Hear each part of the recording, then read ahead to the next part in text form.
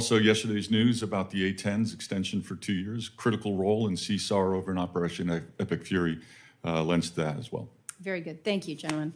I want to ask about the costs that are being incurred in the ongoing Operation Epic Fury.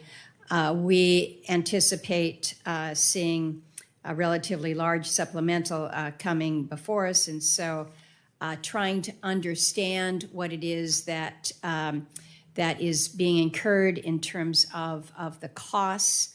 I think General Nordhaus, you just mentioned that perhaps that the Guard and the Reserve are 30% of the capability in Operation Epic Fury currently.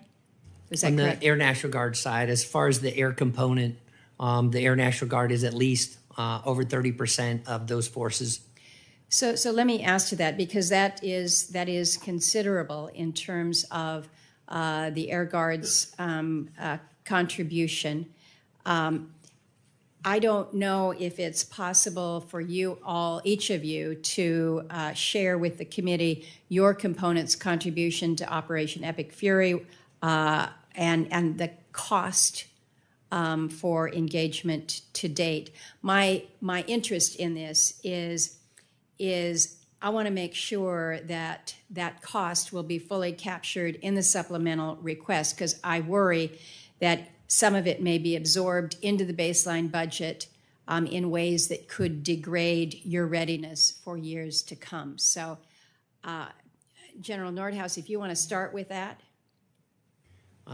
Thanks, Senator. And I'll also say our Army National Guard is doing amazing work over there as well. So we are capturing that data right now, and we're pulling that in. We're working with the Department of War, and we'll provide those data and funding up to the committee as appropriate. Do you share my concern that that some of this may be absorbed into the baseline? I just want us to know what it is that we should be looking for here. Senator, I don't have specifics on that, but certainly all of our aircraft and Army formations and guardsmen downrange, as we bring that equipment back, we need to make sure we capture all the costs so that we can build that readiness back up and rebuild the military as we continue to do. Fair enough. I appreciate that, and we'll look forward to further information. But I truly appreciate the efforts of all of our services in this operation as we're moving forward. So thank you very much. Thank you, Mr. Chairman.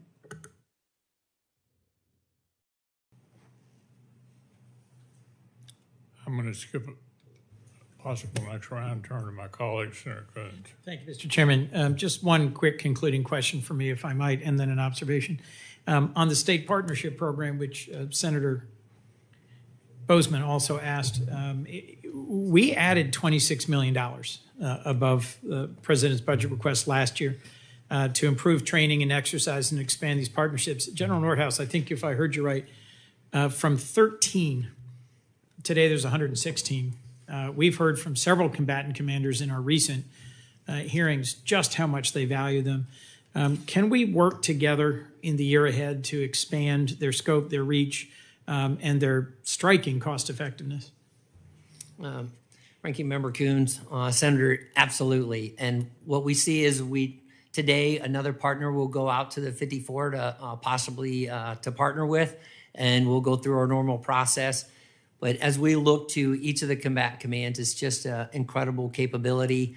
60% of the globe is partnered with the state at less than 1% of the theater security cooperation budget. It's a force exponential that our countries, every country I meet with, they go on and on about it. When I was over in Finland, Sweden, and Norway with the adjutants generals from each of those, you could see the immense amount of pride and connectivity. One of the chiefs of defense said that they had been partnered with one of our states, not officially through a state partnership program for 50 years, but in the last 3 years where they were partnered, it was game-changing was his term, about how it helped them with their capability. And we're learning from their military readiness and ours how we're growing together.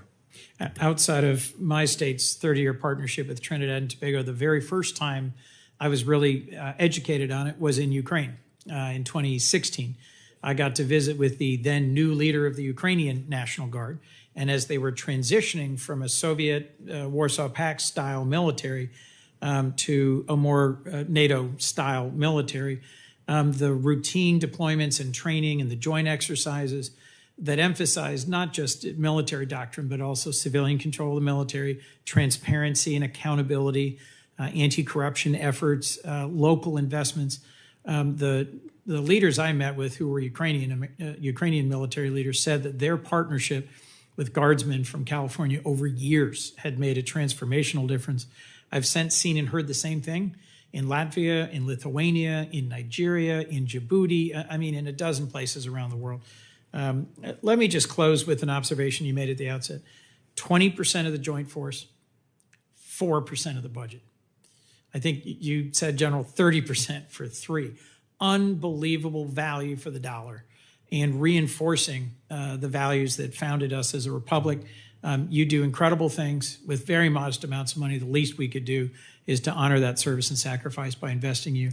Thank you, Mr. Chairman, for letting me go on a few more minutes. And thank you for your service. Thank you, Senator Coons.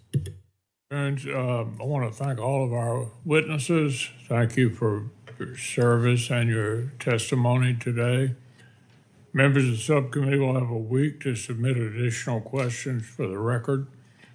Senators may submit additional written questions, and we ask each of you, if you get some of those, to respond within 30 days of receiving them. The subcommittee now stands in recess, subject to the call of the chair.